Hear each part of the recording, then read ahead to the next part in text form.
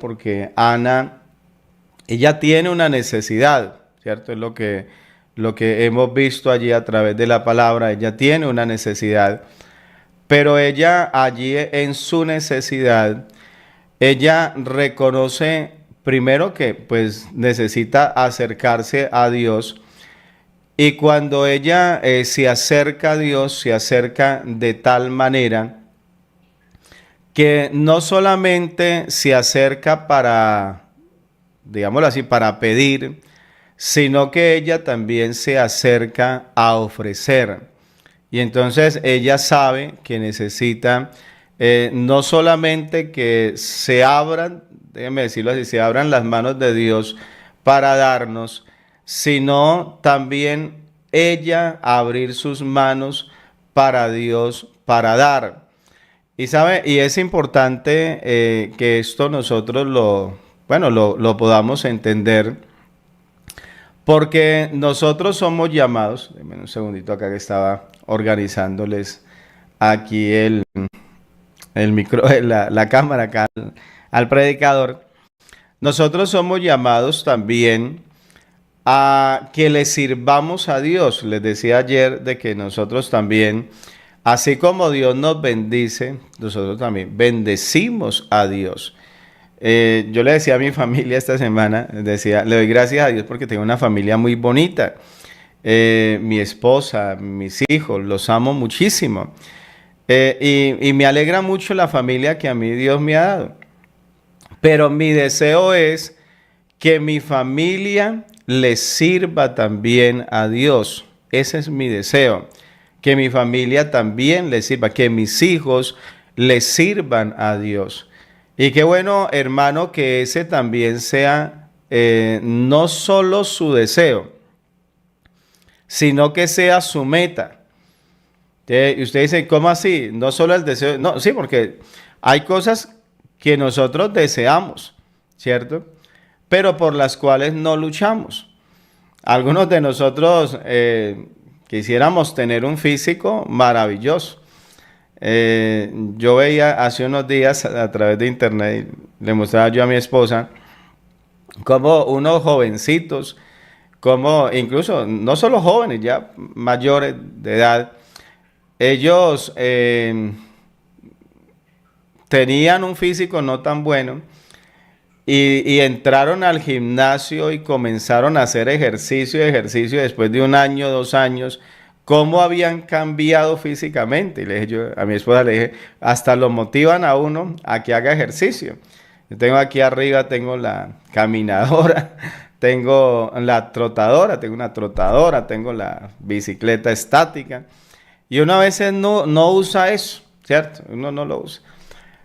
Pero está el deseo, pero no es la meta, porque cuando hablamos de una meta, estamos hablando de algo por lo cual ya se está luchando.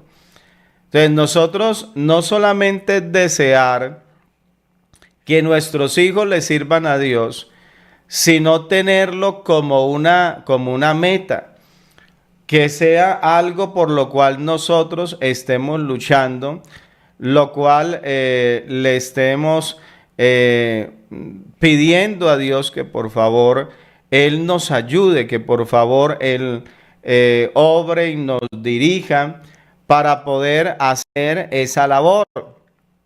Dele gloria al Señor Jesús. Entonces, qué bueno que el Señor nos direccione y nos dé la manera, nos dé la sabiduría para que nosotros podamos llevar nuestra familia en esa dirección, en la dirección de servirle a Dios. Bueno, por acá creo que me manifiestan que todavía no tienen audio. Si quiere, denme entrada nuevamente, yo les cuadro lo del audio. Entonces, de verdad, hermano, es importante eso. Entonces, Ana, ella hizo voto, dice la palabra, diciendo Jehová de los ejércitos, si te dignares mirar a la aflicción de tu sierva. Dice, y te acordares de mí, no te olvidares de tu sierva, sino que dieres a tu sierva un hijo varón. Dice, yo lo dedicaré a Jehová todos los días de su vida, y no pasará navaja sobre su cabeza. Entonces, ese no pasará navaja, pues está hablando es de que nosotros, bueno, es un voto de nazareato que se practicaba en Israel, pero en el caso nuestro acá, pues es llevar nuestros hijos a decir, bueno, desde pequeño yo lo voy a consagrar, yo voy a consagrar mi hijo para Dios. Eso es lo que está diciendo Ana. Está diciendo, yo a mi hijo lo voy a consagrar para Dios. Y ese debe de ser el anhelo nuestro también, que nuestra familia esté consagrada, que nuestros hijos, sabe que a veces, hay que decirlo, a veces es triste, pero uno ve creyentes que en vez de consagrar sus hijos para Dios, a veces sus hijos están es en otras cosas. ¿Y cuántas veces usted ve que cuando se llega a ese 31 de octubre, a veces aún incluso hasta hay cristianos disfrazando a sus hijos?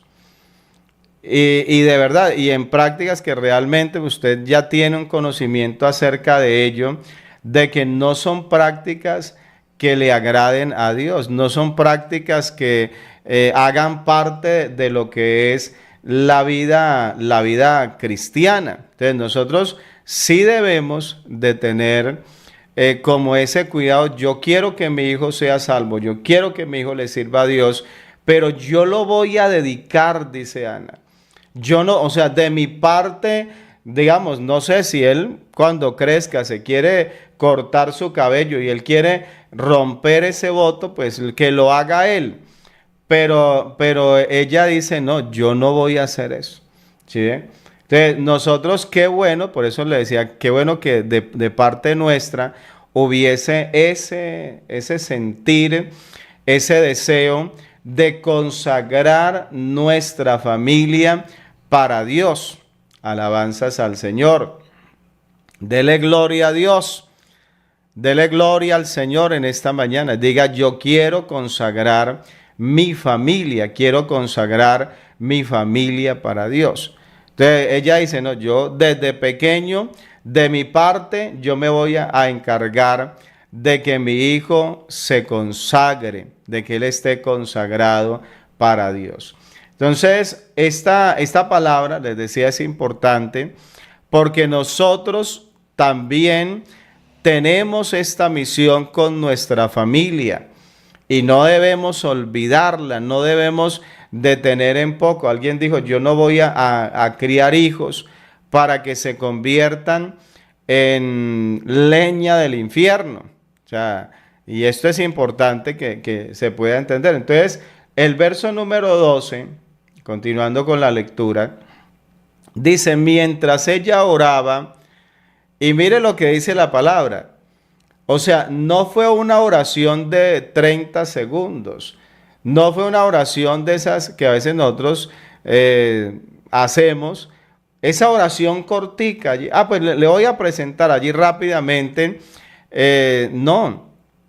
Ella hizo una oración, dice, mientras ella oraba largamente delante de Jehová. ¿Sí? Y creo que es lo que a veces a nosotros nos falta. De pronto entender que sí, que no es solamente clamarle a Dios y de pronto así como una oración, ¿cómo es que la llaman? Express, una oración rápida, ya, no.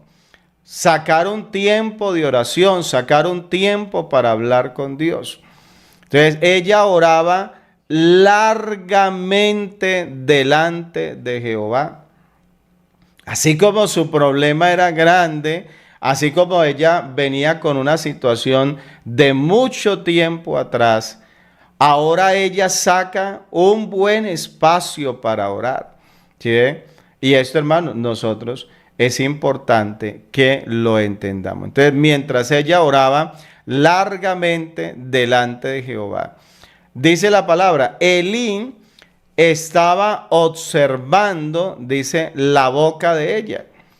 Entonces, Elí es el sacerdote Y pues claro, él se queda allí mirando, pues de que esta mujer ha venido allí a orar, bueno, aparentemente a orar, pero él la ve, pero él como que no entiende lo que está haciendo ella. Dice, mientras ella oraba largamente delante de Jehová, Elí estaba observando la boca de ella. ¿Y qué fue lo que pasó? Dice el verso 13. Dice, pero Ana hablaba en su corazón, dice, y solamente se movían sus labios. Pero mire lo que dice, y su voz no se oía. Que solamente los labios, allí se veía como que movía los labios, pero su voz no se oía. Y entonces Elí, dice la palabra, la tuvo por ebria. Sí, pero por qué él hizo eso? Porque bueno, en la costumbre judía, los israelitas no eran tanto de orar de esta manera.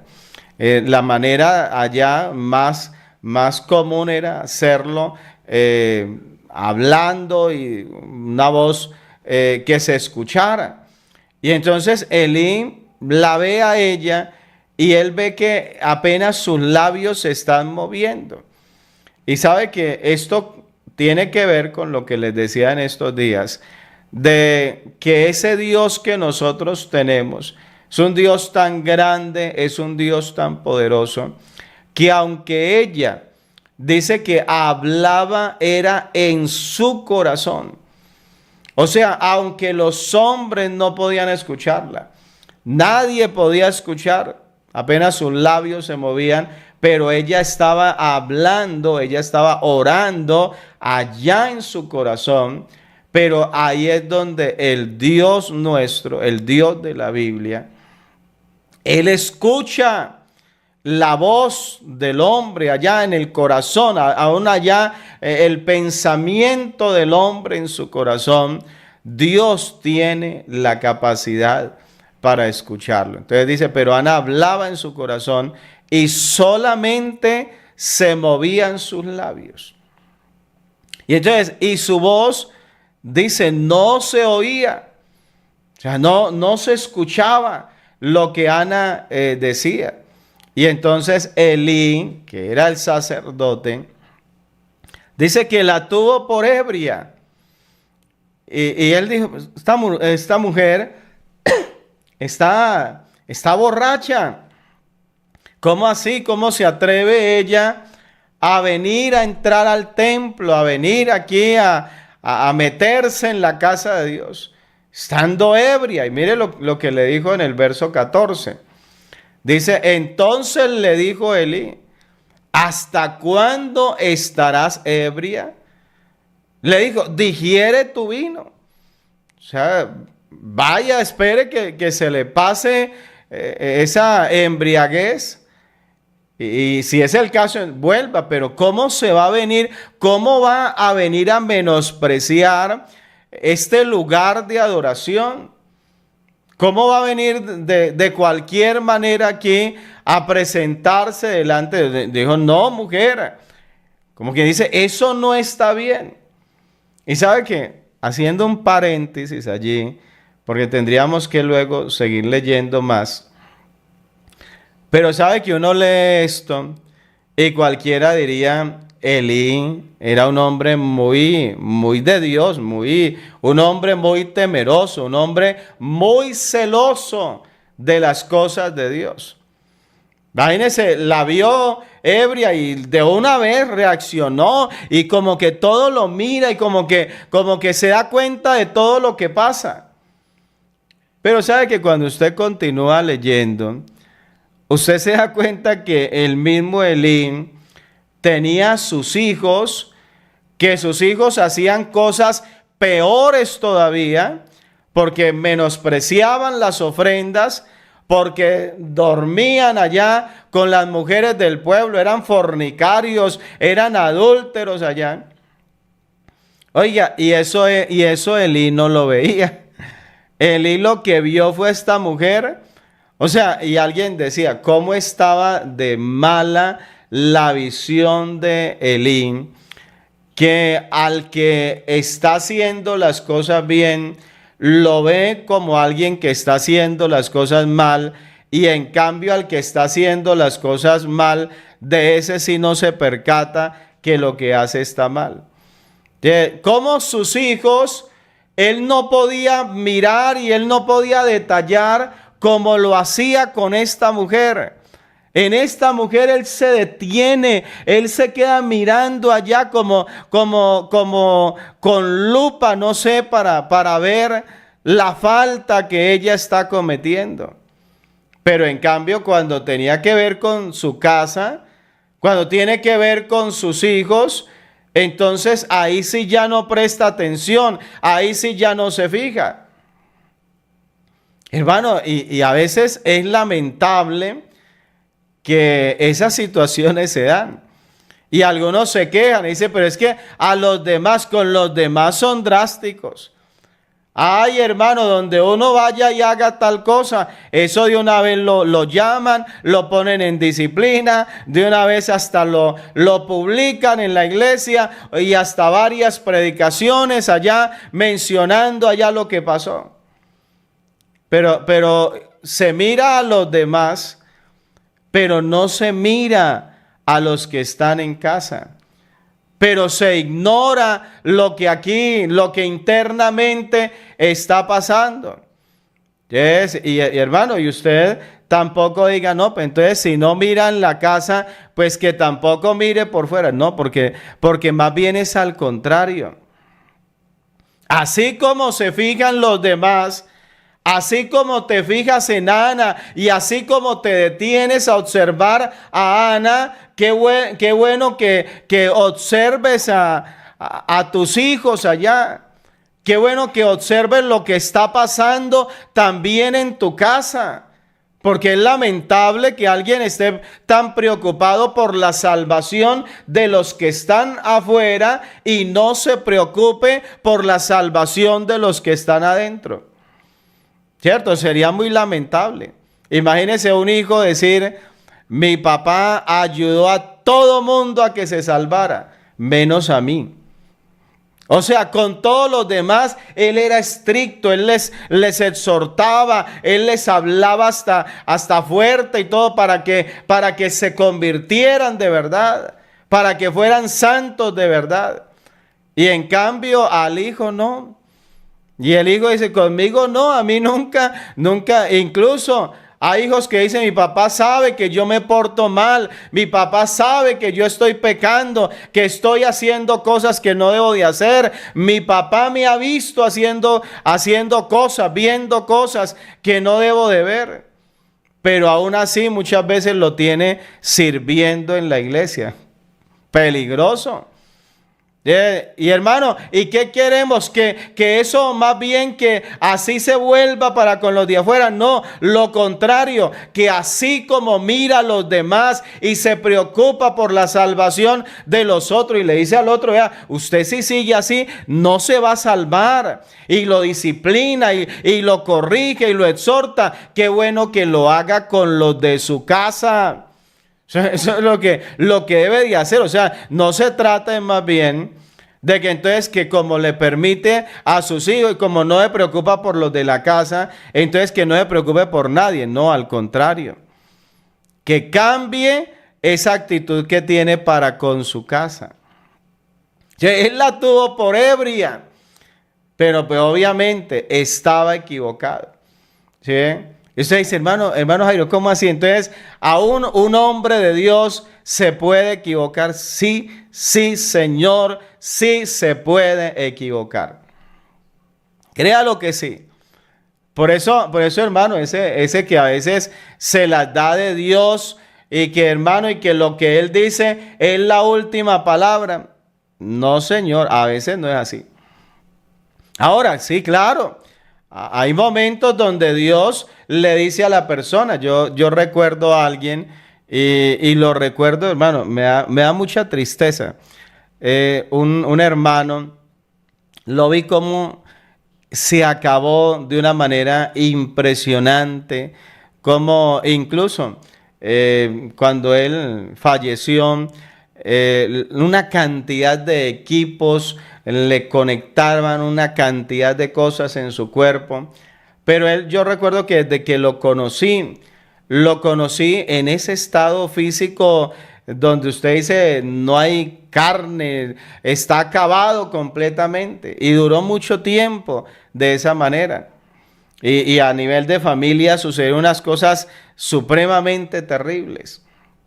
Y recuerdo que alguna vez yo hablaba con él y le decía yo a él, le decía, hermano, ¿y usted por qué? Pues que todo el tiempo él vivía en esa situación.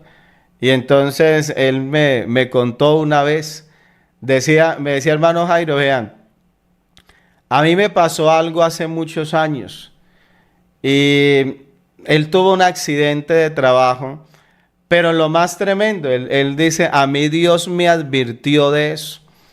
Y a mí, me decía él, a mí Dios me lo advirtió a través de mi pastor. Digo, porque a mí me salió la oportunidad de ir a hacer un negocio muy grande, un negocio que me iba a dejar mucho dinero, un negocio que era muy bueno. Y entonces, y él me decía, hermano, y yo fui y hablé con mi pastor. Y le dije, pastor, vea, me salió este negocio así, así. Y esto va a ser de bendición para mí, para mi casa. Esto va a ser muy bueno. Y el pastor se quedó escuchándolo y se quedó mirándolo y le dijo, hermano, la verdad, dijo, eso o sea, yo personalmente veo que eso es como una bendición muy grande la que usted me está contando.